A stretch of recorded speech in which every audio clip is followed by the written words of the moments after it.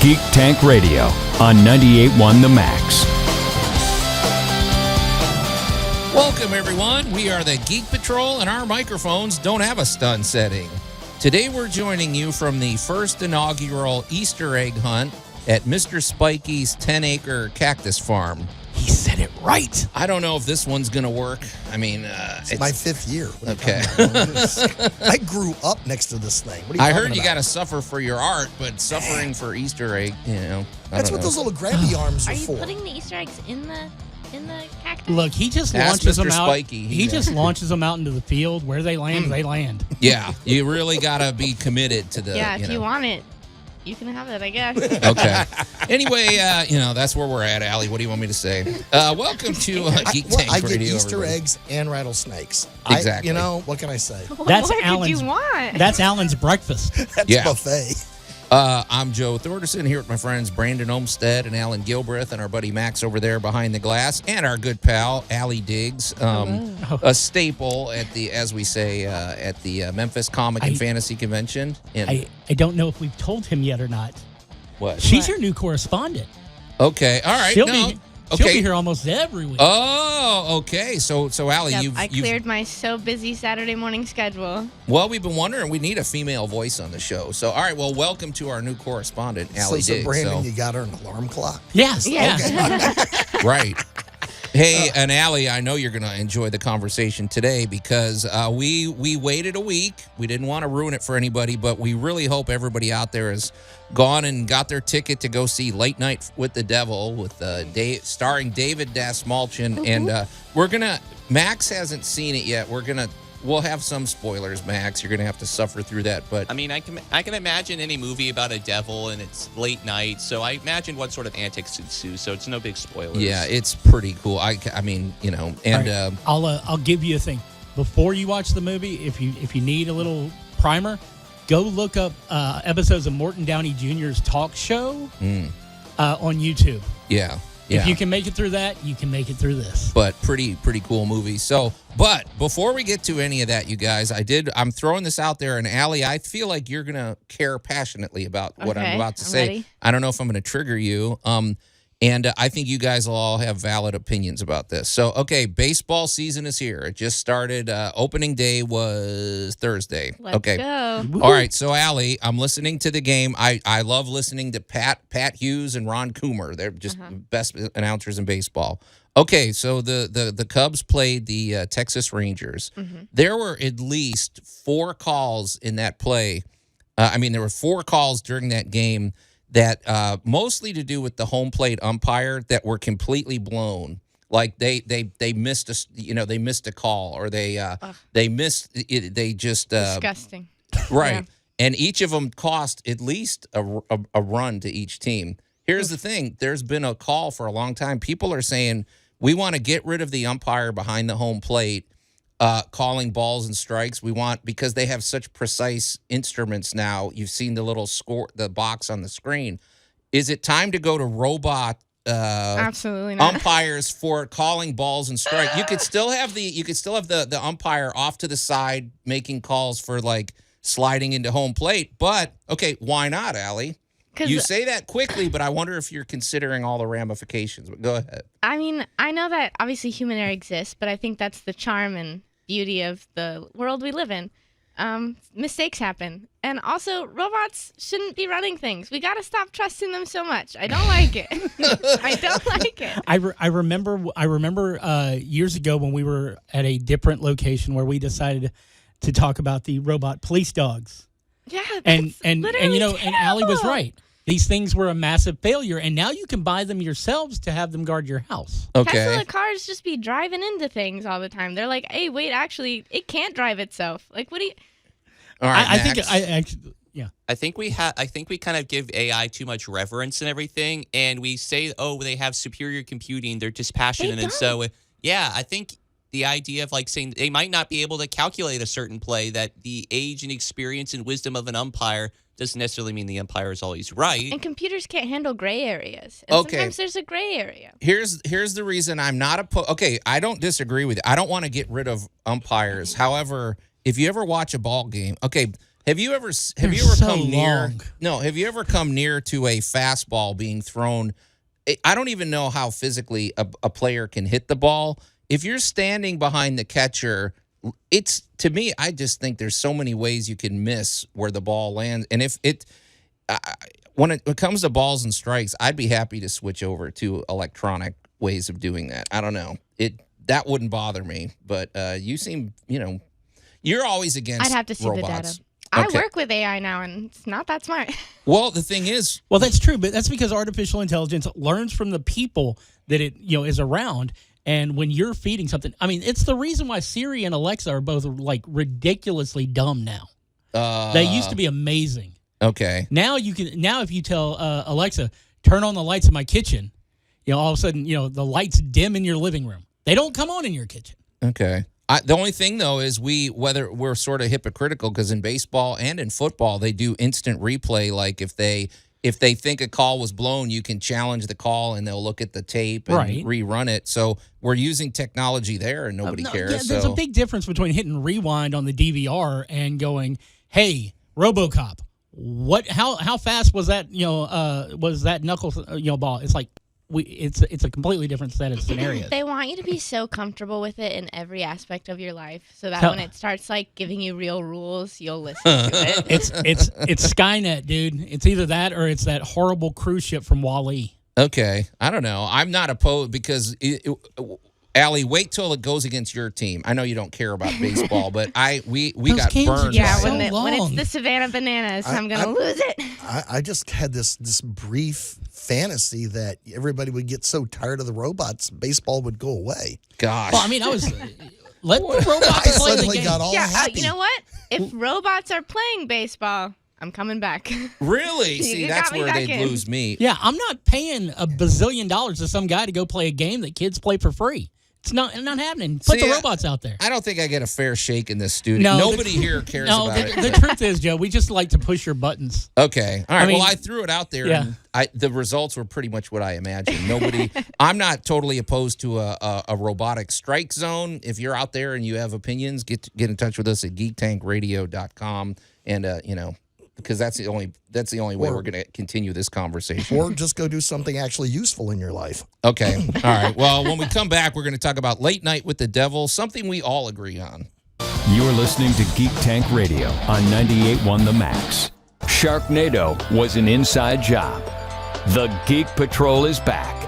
Yeah, I think they're going to discuss that in Congress. I think there's supposed to be hearings about that to get the thing sorted I've out. been saying Sharknado was an inside job. I think you said that the last time we used that rejoiner. No, I don't know. Whatever. And welcome back to. No, he Geek said that Tank. I had a guilty face last time I did that rejoiner. Oh, that's true, but that was like the fourth or fifth time we've used it. Okay, Sharknado is bound to stir up controversy regardless. That's something we can all agree on. No. And welcome back to Geek Tank Radio, everybody. I'm Joe Thorderson here with my friends Brandon Olmstead and Allan Gilbreth and our buddy Max behind the glass.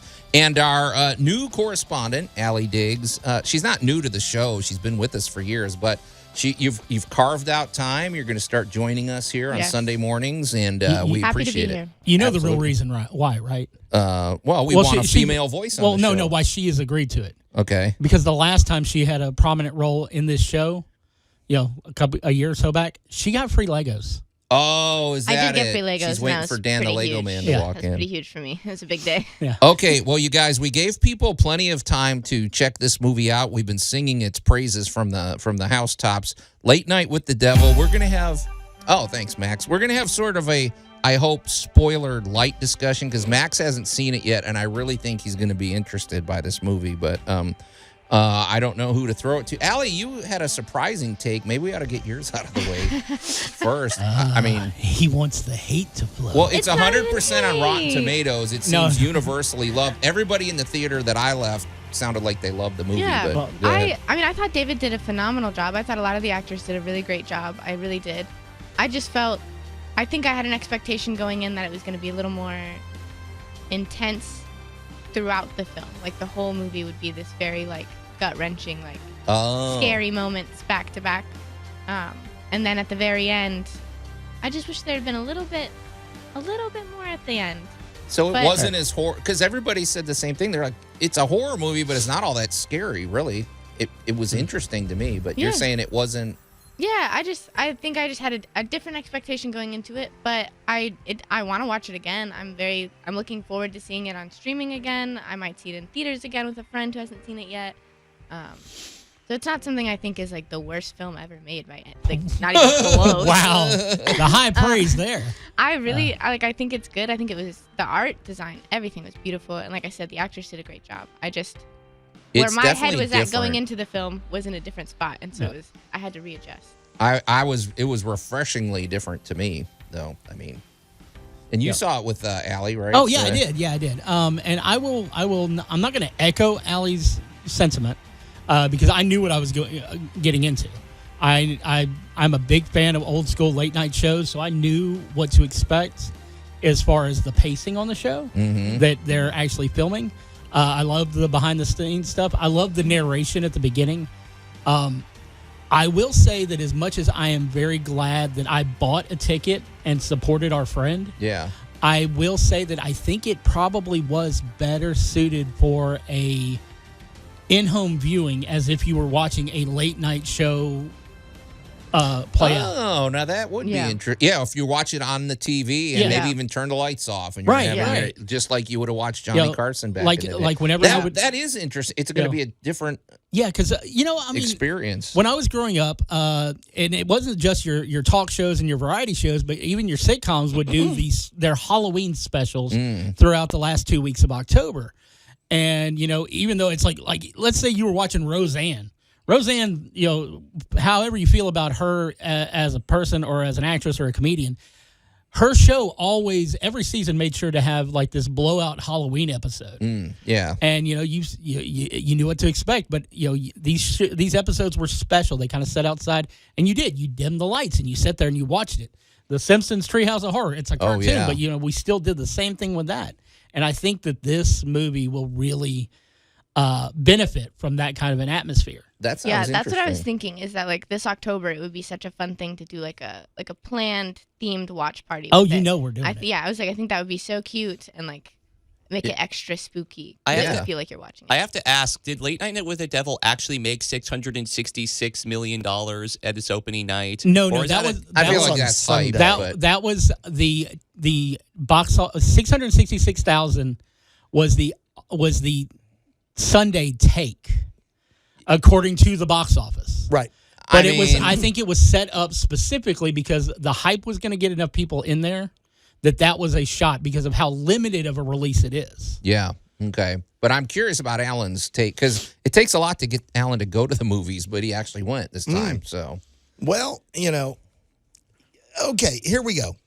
When was Don't the ruin it last for time? Max. Yeah. Well, no, you can. You know what? You can talk about this movie without giving a single detail because the movie, for a horror movie, actually had something called a plot yeah. and had acting and character development and unveilments and secrets and plot twist and oh my goodness, it's a cheesy, cheap horror movie that actually was a movie. Yeah. All right, well, let's just start with the star. We are all unfairly fond of Mr. Des Malchin because the moment before he became huge and big, he came to our convention. Yeah. We and all got to turned hang out out to with him. be a shockingly likable person.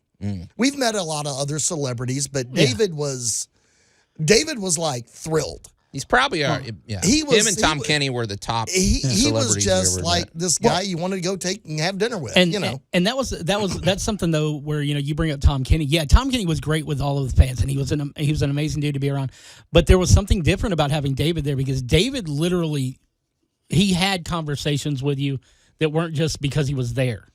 I mean, and Yeah, man, he was there. He would seek out one of us to like sit down and just chit chat, and it was like we've never had a guest that really did that. And he's a fan of conventions anyway. Yeah. And he's a fan of the genre he just made. Yeah. Yeah. And the one thing I want to say, and Max, you have no point of reference for this. Brandon, Joe, you do. Allie probably doesn't. You could smell the set. Yes. And that is just something that just uniquely late 70s, you could see the nicotine on the walls. Even You the coloring knew. looked kind of like You knew you were on a 70s cheesy bad night talk show. Everybody And, smoked back and then. anybody, Utterly believed right Yeah. there. yeah. Okay, so there we go. It's funny that that's the first thing Allan talks about, the smell. We're going to continue he the didn't say the conversation taste. about Late Night with the Devil when we come back. You're listening to Geek Tank Radio on 98.1 The Max. The Geek Patrol is back. They are still coming through. This is impossible. Okay. I mean, I hope we're coming through. Hope you can hear us, everybody. So, I don't know, whatever. And welcome back to Geek Tank Radio, everybody. I'm Joe Thorderson here with my friends Brandon. I don't know, Max, I don't know how to react to that one. You know, those guys are such babies. They get, whatever. I'm Joe Thorderson here with my friends Brandon Olmstead and Allan Gilbreth and our buddy Max over there behind the glass. And our new, I'll probably say this for the next couple of weeks and then stop saying it, but our new correspondent, not new to the show, Allie Diggs, is going to be joining us regularly now. So, Yay. okay. I have to say, Joe, I think that's the first time you knocked yourself off the rails. Yeah, I don't know. I never liked that Newt Gunray guy. He's just I was glad to see him get slashed with a lightsaber. I'm sorry. He's just not a good dude. But hey, you guys. So if you're just tuning in, we are obviously talking about a movie that we've all seen except for Max, but we've been praising it to the hilt before it came out. Late Night with the Devil. We're doing sort of a spoiler light discussion, and we hope everybody out there has seen the trailer. It's more or less, It's a really fascinating trailer, and Allan was just pointing out that one thing that struck him was that you could practically smell the set there. I mean, it's a 70s talk show. Everybody's on there smoking. Everybody, and I remember those days. I'm so glad, Allie. You. I mean, could you imagine going to a restaurant or an airplane and everything is just filled with smoke? I mean, that's one thing our society is definitely better. We've moved past. I mean, but Yeah. you walk in and. All right, I got to give the directors, the Carnes brothers, mad props here because they truly nailed that we're never going to beat Carson look. Desperation. There were a lot of, the talk show wars over the years have been legendary, but this was like right in the dead center of when so many people were trying to get on the air. And there was just one 8,000-pound gorilla that you were never going to knock off. And this show really plays off of Delroy's, the lead character's, desperation up against the monolith. Right. You're never going to beat him. You're never going to beat him. And this was just the desperation of just trying to stay on the air. And all right, the other thing they did in this movie that I think was great was we do live radio every so often, Joe, and you and I all know when you're on live TV, live whatever, never work behind the animal or the kid. Oh, yeah. Because the horse is going to do something horrible on stage, live. It's just, what's going to happen. The monkey's going to throw something. The kid is going to say something so cute, you're doomed. Yeah. You're the next person up. So welcome to that. They really got it. And I'm looking dead at Brandon because you're who I'm going to toss this to and go, seriously, they got the desperation of just the show not going the way you thought it was going to go. Tag. All right, and the best views of that are in those quote unquote commercial breaks. Yes. When you saw, Gus Broke character, Jack was constantly, like he was chain smoking while the producer is telling him, you got to go talk to this guy. He's the guy putting the new money into the thing. Oh no, don't let anybody know that. Okay, I can't say that because it'll give something away to Max. But you see that just pure. It's like we need the numbers. We got to do this, and you feel it, and there's just this tension. That just and it does. It's like if you've ever worked on any kind of production and you're behind schedule or somebody just did something wrong and you're like, we've got to reshoot this entire thing. You know what that feels like. It's like piddly little fan films out in the woods are one thing, but these guys are doing it on a national level. And when they keep flashing back to things, where they're that basically reference the Grove, which is based on the Bohemian Grove, which was a real men's group where the bigwigs of Hollywood and America in general decided whether or not you would ever be successful. Yep. You know, Right. this is a very skull and bones type situation here, and it's like, so Jack is being pulled in like 14 different directions, and David nails that tension He does. Oh, it's more great. than anybody else on that set. David nails it. So, Allie, here's what I was just thinking. So, for me, okay, I'm just gonna say right out of the gate, this might be in my top 10 movies, at least at this moment. I thoroughly enjoyed it, and I've always said I don't really have a stomach for horror movies. I was actually glad that this was not as scary as I thought. I mean, the end is pretty freaky and all that, but what I was wondering, Allie, is I feel like if they had overdone it with the horror, like if this had just been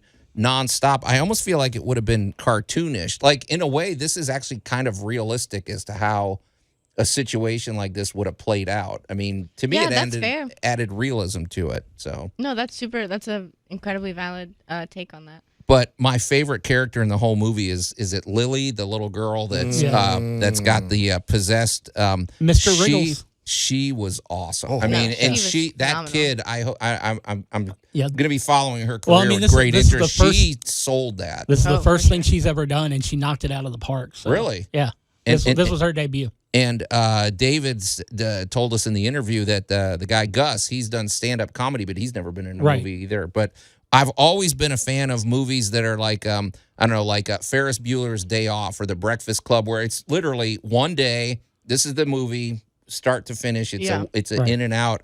And this is I have to imagine this was probably a pretty affordable movie, right? Yeah. It's yeah. one set. It's basically, you know. Yeah.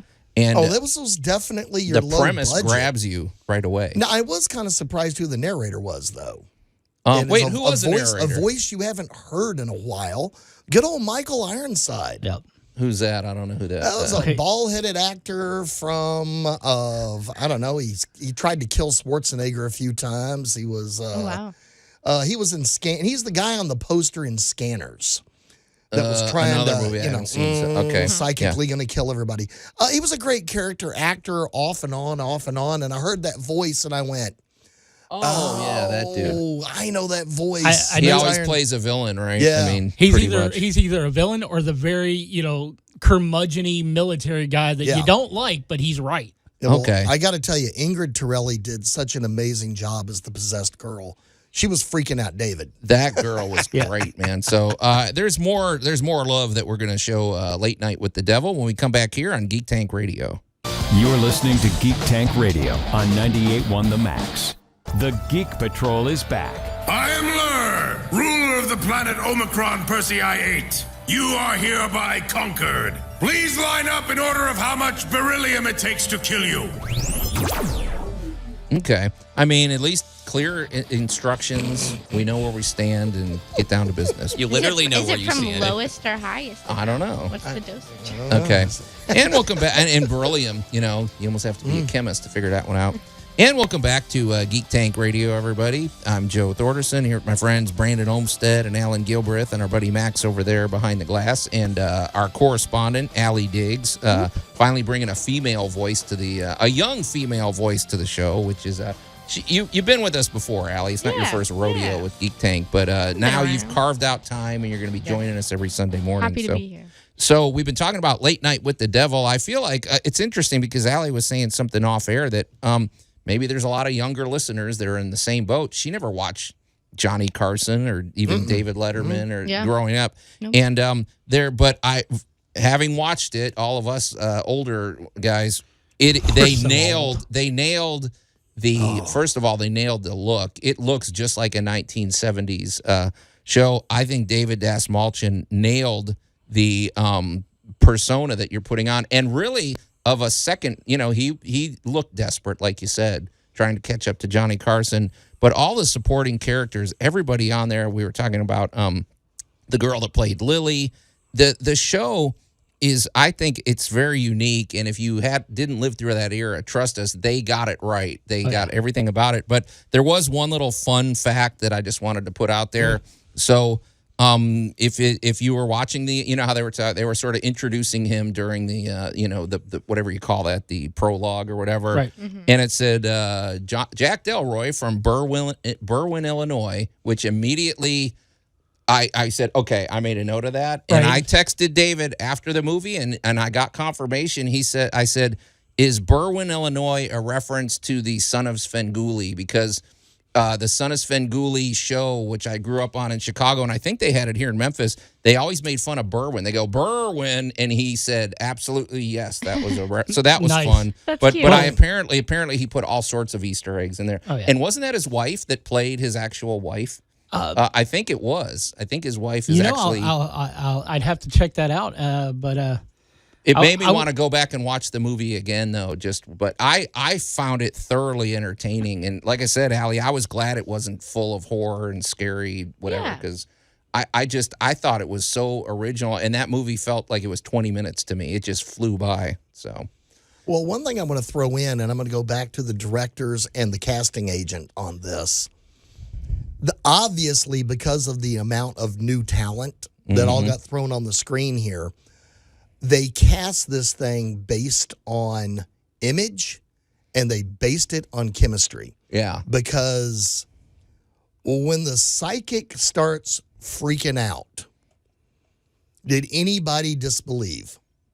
no, I mean, Or did you kind of go, what are they doing to this poor man? oh yeah, Chris Dew. Fazai Bazai. Oh, when he started freaking out, I believed it immediately. did you when you start looking at how everybody reacted and the look on the faces, I just kind of went, this was one of those sets where everybody didn't just run back to their trailer. No, they This were was all one in. of those sets Everybody was where, all in. They kind of got to know each other. They had legitimate looks on their faces. We keep talking about what is going to replace superhero movies. Are we going to get back down to maybe just good old-fashioned storytelling? What I loved about this is we aren't getting the Late Night with the Devil franchise here. This is a one-and-done movie. Oh, yeah. It's very different, and it probably didn't cost much to make, and I want more of this. That's definitely what I want to see more of. See, and you said, we won't have the Late Night with the Devil franchise one and done thing, but we could see something along the lines of a shared universe where, somebody, like when the Carnes are doing their next movie, somebody in the living room watching an episode of the Night Owls with Jack Delroy. Yeah. Something along those lines. It's definitely a world I'd love to revisit something else within that world. But wanna no, see more of the nothing, woods. nothing else. Nothing. Yeah, The woods. Yeah, more stuff that connects to the Grove. Actually, Yeah. that's probably the perfect anchor for that.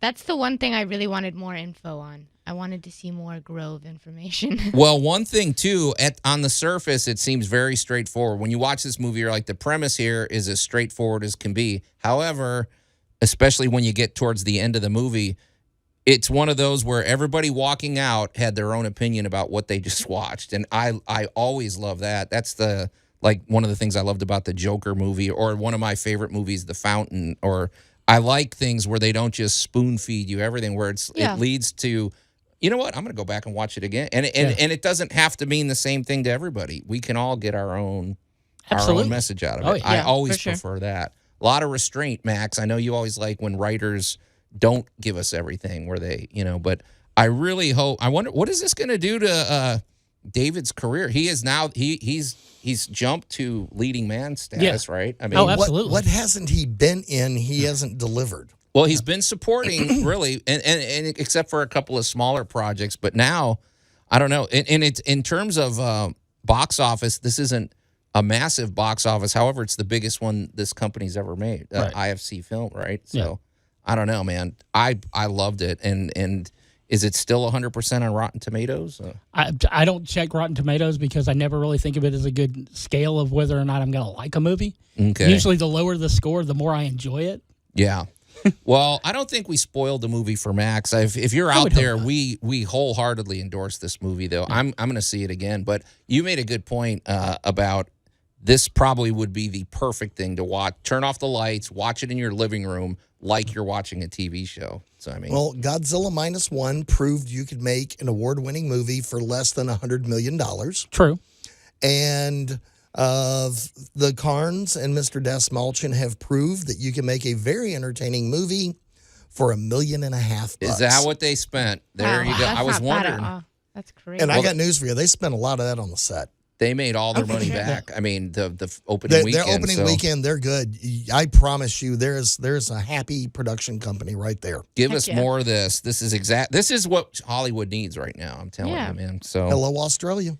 okay, very cool. Well, congratulations, Dave Dasmalchin and the whole gang over there. Outstanding movie, and we're happy for your success. But it's time to get out of here, you guys. So until next week, we are the Geek Patrol, and I am Joe Thorderson. I'm Alan Gilbreth. I'm Maximilian. I'm Allie Diggs. And I am Brandon Olmstead. Just imploring you, get out there and see this movie before it's out of your theaters.